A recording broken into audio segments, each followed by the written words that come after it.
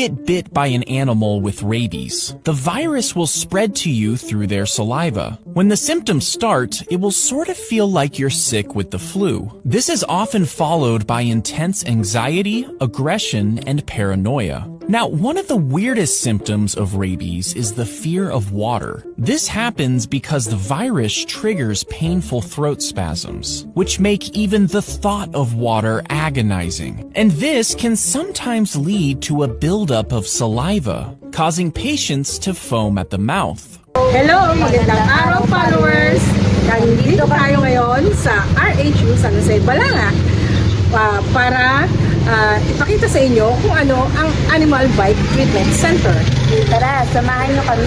Guys, atin din pong tatalakayin ang rabies awareness. So yun nga po, kaya di naman po namin naisipan na i-vlog tong tungkol sa rabies or sa animal bite dahil madami pong case ng animal bite sa bayan ng San Jose.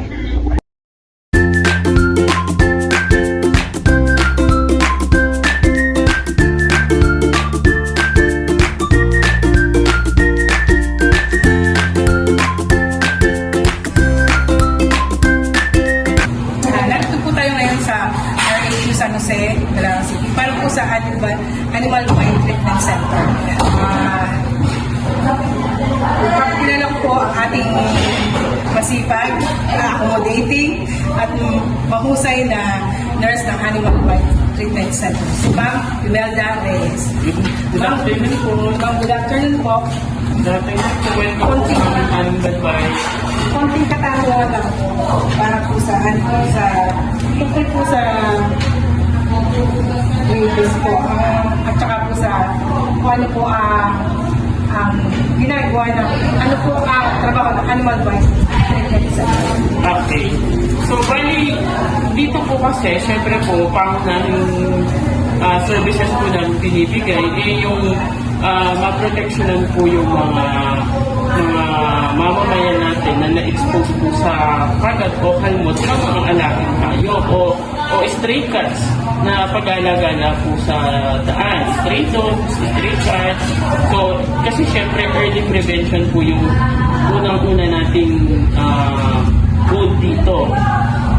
Yun lang. So, meron po tayong mga procedure na sinusunod like dapat po ang pasyente is pumunta muna sa pinakamalapit nilang health center para mag-inquire po sa proseso. Siyempre po may mga requirements tayo na dapat dalhin bago po tayo magpapakuna. Una-una po, yung health center din po kasi magsasabi kung ano yung mga early prevention na pwedeng gawin pagkatapos pa lang kung ma-expose sa animal bite like paghuhugas po ng panting nakagat o nakalmot ng 15 minutes sa running water. Tapos po, susunod na po nun is yung pagpunta po sa pinakamalapit na health center para po humingi ng procedure kung paano po makakapagpapakuna ng libre sa ating animal bite center. Ilang shots po ba ang karaniwan para po masabing ligtas na po ang isang taong nakagat ng dapat po, matapos po natin yung ating bakuna. Pag first timer po ang pasyente, ibig sabihin, unang pagkakataon niyang nakagat o nakalmot, binibigyan po namin siya ng prophylaxis ng 3 doses. Katumbas po nun ay 6 shots. Kasi po ang first dose ay 2 shots, magkabilang braso, second dose po ay ganun din, ang third dose po ay ganun din. So, yun po yung ating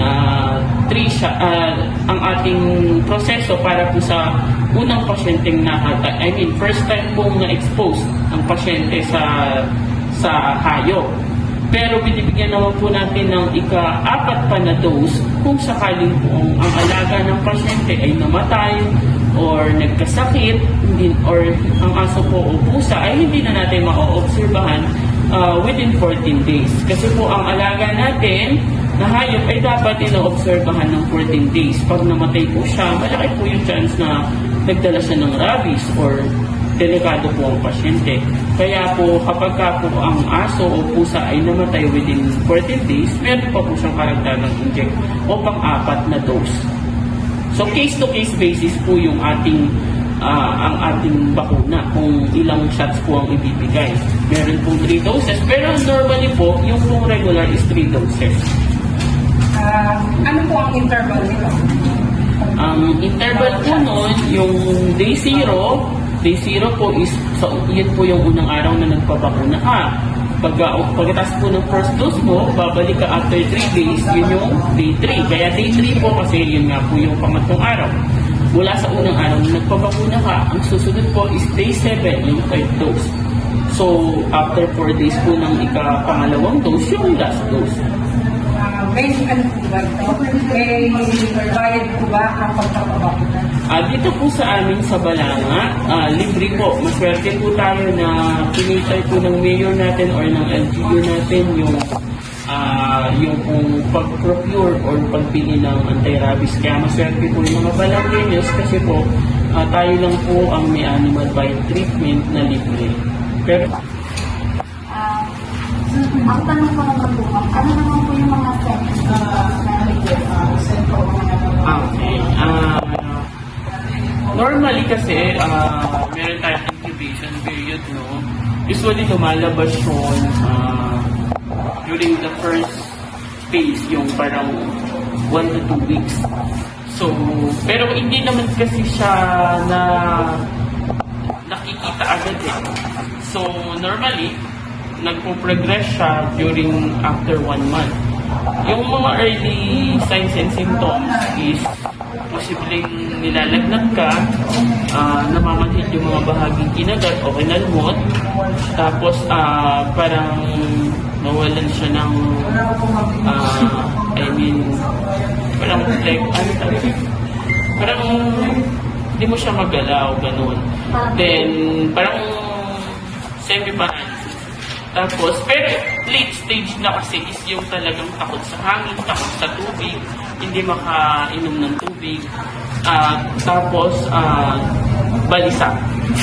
Yun. So, pag meron na yung mga signs na yun, medyo nakakatakot na kasi wala nang chance of survival.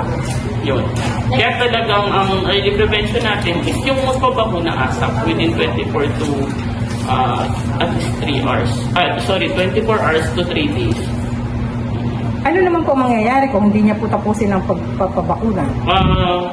May protection siya sa ilang dose na nakuha niya, pero hindi po makakagaranti yun na makakaligtas siya.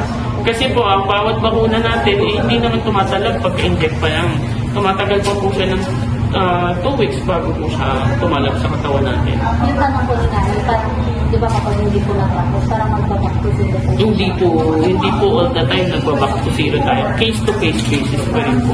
Kaya po ang talagang animal bite nurse natin is naka-train. Train po talaga. Kasi hindi po tayo basta, may mga case po tayong inaaral muna bago po bigyan ulit ng panibagong protection yung pasyente. Hindi po dahil hindi niya tinapos, ulitin na. Case to case, depende po sa case niya. Ano bang ginawa niya? Bakit di niya tinapos? Gaano ba katagal na yun? Kasi kung for example is tumagal lang naman siya ng 1 month bago niya hindi tinapos yung last dose niya, pwede pa pong i-continue yung case to case. Pero kung 6 na buwan bago tinapos niya yung ito 7th day, yun, depende po sa doktor. So, yun po yung case-to-case scenario talaga. Next, ano po ang pinakamagandang gawin para sa Siyempre, lagi namin ina-advise yung responsible pet ownership.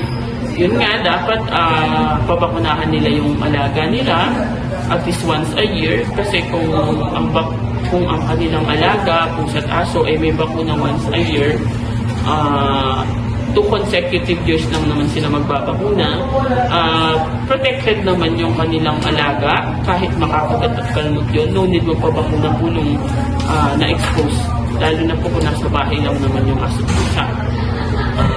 So yun po yung number 1 na responsible ng pet owner.